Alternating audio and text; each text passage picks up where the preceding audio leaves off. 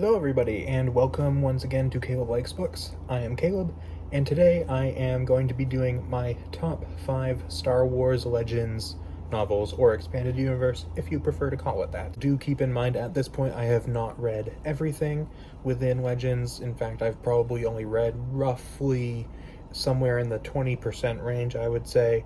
There are a lot of Legends books, and I've read somewhere in the 30 to 40 range, I think, of the Legends books. So there's plenty that I have not read, but I've read a lot of the ones that many people say are essential, and I have read some other ones that I've really enjoyed. So I will probably update this list at some point in the future. And I do have a couple of honorable mentions that I just want to very, very quickly mention. The first one I'm going to give an honorable mention is the Thrawn trilogy. I know it is an extremely popular trilogy. All 3 of the books are very much loved by the community. I really enjoyed them personally, but I did not think I enjoyed them as much as to include them in my top 5. And by the way, because that is a trilogy, I am going to be sticking to 1 entry per series in this list. There is only one, technically 2 series that are actually appearing on this list, but I'm going to be sticking to 1 entry only. Another honorable mention that I'm going to quickly talk about is Republic Commando. I've read the first 3 books, but if I were to pick one to include on this list, if I were to include it, it would be the second book, 000, which I absolutely loved. If I were to lengthen this list, it would probably be my number 6 pick. So it just missed the top 5. And the third and final honorable mention I want to discuss very briefly is Vector Prime, the first book in the New Jedi Order series, which, again, I have not read much of. I've only read the first 3 books, once again, which is not very much for a 19-book series. But I really enjoyed Vector Prime. It's a great start to the series, and it really pulled me into the series. It got me very invested in the events that were going on, and I find the Yuuzhan Vong very interesting villains, and they were very well established in that book, but again, just didn't quite make the cut. I would probably say, if I were to include these books in an extension of the list, Republic Commando 000 would be number 6, Vector Prime would be number 7, and then take your pick of the Thrawn trilogy. I don't really have a ranking for them, so any one of those books would probably be number 8. But getting started with the list here, I have one that is not one that I include as much because it is necessarily, I think, one of the best, although I do very much enjoy it, but it is one that I wanted to at least include because it means a lot to me, which I will get to in a minute, and that is the Force Unleashed novelization, which, as you can tell, is not in the greatest shape. It doesn't look very good, and if I open it up, it will kind of partially fall apart. So I'm not going to do that. Hopefully sometime I will get a new version of this that will actually, be in better condition, because this one is kind of being held together by tape. But The Force Unleashed is a very special story to me, not only in terms of the novelization, but also the video game. This was a big game for me growing up, and I absolutely loved it. I played it dozens of times, and then one day I was at Borders, and I saw this book sitting there, and I thought, Force Unleashed is great. I'm going to get the book, and I'm going to read it, and as you can probably tell, I read it many, many, many times. This basically is the story of Starkiller, who is Darth Vader's secret apprentice. Darth Vader sends him on some missions to kill some Jedi, and stuff happens that I'm not really going to talk too much about because spoilers, just on the off chance you have not read this and want to. But it is a really interesting story. I really enjoy Starkiller as a character and his kind of inner conflict between the light side and the dark side. It's not necessarily, again, one of the best Star Wars stories out there. I do think it's one of the better ones when it comes to the video games. But in terms of the novels, it's not quite as high up there for me. But I just had to include it because of the significance it had for me. It was also my very first Legends story, or the EU as it was known as back then. And it was my first Star Wars book outside of the junior novelizations for the first 6 movies. So it holds a very special place in my heart, so I had to include it. Next one is one that I wish I could put a little bit higher, but I can't really justify for me putting it higher than this, even though I do love it. But it is Kenobi by John Jackson Miller. Now, this is a fantastic book, especially if you're a fan of the prequels, if you're a fan of Obi-Wan Kenobi, if you're interested at all in the time period shortly after Revenge of the Sith. I think this is a great book to try out. Really enjoyed this book. I really wanted them to include some more elements from it in the TV show, which they didn't really do that much of, but yeah, it's a great book. You get a really good insight into Obi-Wan shortly after Episode 3 and how he is processing and dealing with the events of Episode 3 with Order 66 and Anakin turning to the dark side and all that stuff. And it's a very kind of smaller scale book, which I really enjoyed. It's a very personal look into Obi-Wan Kenobi, and it's very much about the people of Tatooine and his interactions with them and him helping them out with some local issues and things of that nature, which I really enjoyed.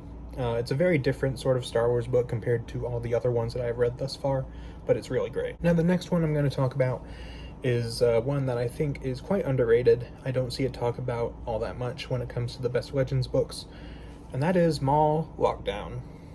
Now, this one is kind of interesting to me because I was not like really excited to read this. Like, I wanted to read it eventually. I hope to read all the Star Wars books I can get my hands on eventually, whether they be Legends or canon.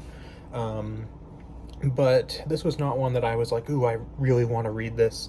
The only reason I read it when I did is because the Force Geeks, who run a podcast called The Force Geeks, who I'm friends with over on Twitter, sent me this book for my birthday last year. So that's the reason why I read this one. So I got it and I was like, oh, cool. I haven't really heard that much about this one. Should be interesting. I did not expect it to end up being one of my favorite Star Wars books. I've always thought Darth Maul was an interesting character, and keep in mind I have not yet gotten to his section in the Clone Wars. I am apparently very close to getting there because I have been trying to get through the Clone Wars a bit recently, and I am about halfway through Season 3. So I think I am getting close to getting some more Darth Maul, but I have not quite reached that yet. So my only really exposure with Darth Maul is Episode 1. And I always thought he was a cool character. He seemed like a cool character, but I never really knew much about him. So reading this book and learning more about him and getting to see from his perspective was really interesting. And essentially the premise of this book is that Darth Maul is on this kind of space prison type of thing.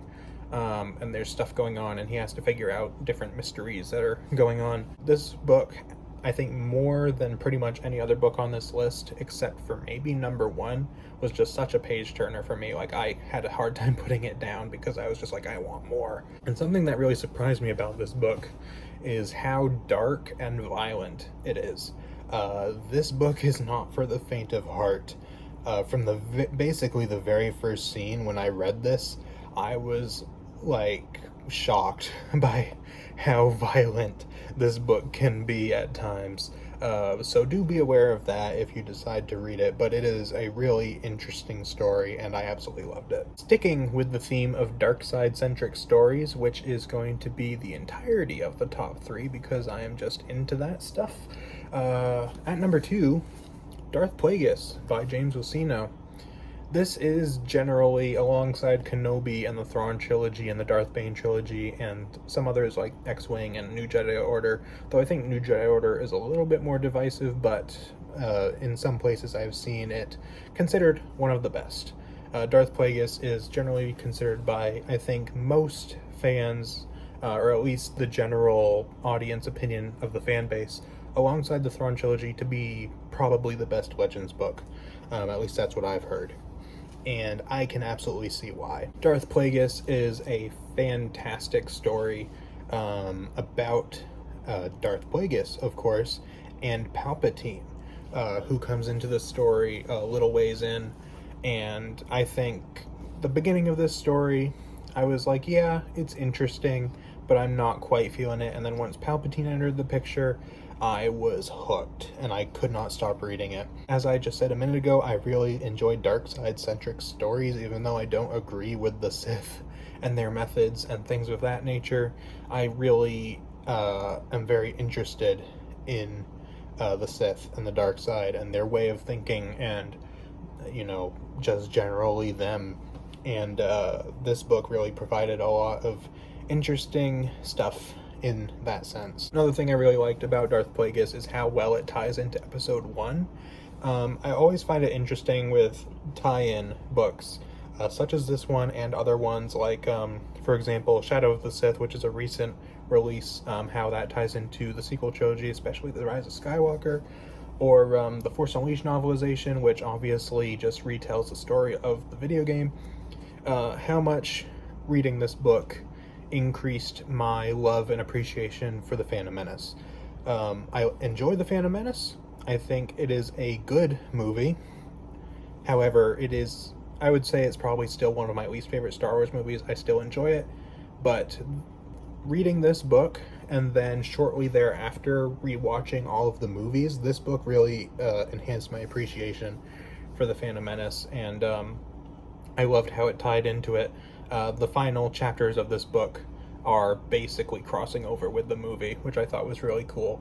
And it actively makes The Phantom Menace better, even though it's not technically canon anymore, although I think many aspects of it probably still could be, at least to my knowledge. Even though it's not canon anymore, just the stuff that was going on in here really enhanced The Phantom Menace for me, so I really like it for that reason as well, and it's just generally a fantastic book. And at number 1, which I believe I have mentioned before already on this channel, but my favorite Legends book, my favorite Legends trilogy is the Darth Bane trilogy, and if I had to pick one favorite out of the 3, it would be the first book, Path of Destruction.